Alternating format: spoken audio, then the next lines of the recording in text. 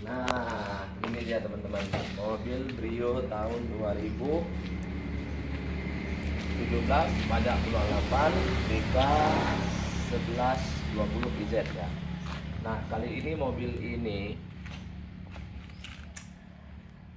saya ingin kasih tahu teman-teman, luar biasa banget. Tadi juga sekilas saya sudah cek sama yang punya, sama Bapak Mulyadi ya.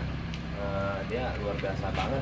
Saya udah cek, cuman saya belum cek keseluruhannya.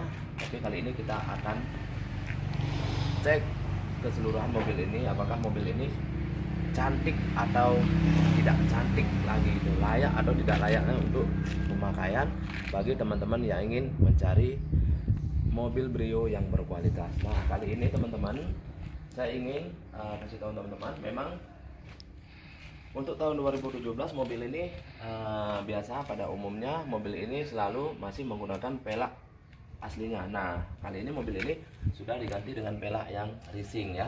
Racing, tapi racingnya cantik, juga tidak ada kendala. Lagian pun bannya pun masih bagus. Bapak ini menggunakan ban merek apa ya, pokoknya mereknya tidak bisa saya sebut.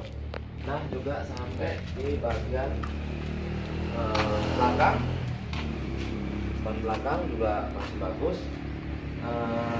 Itu bagian bannya, juga ban yang di sebelahnya sangat bagus bannya. Nah, ini teman-teman, masih, kalau menurut saya masih bagus ya.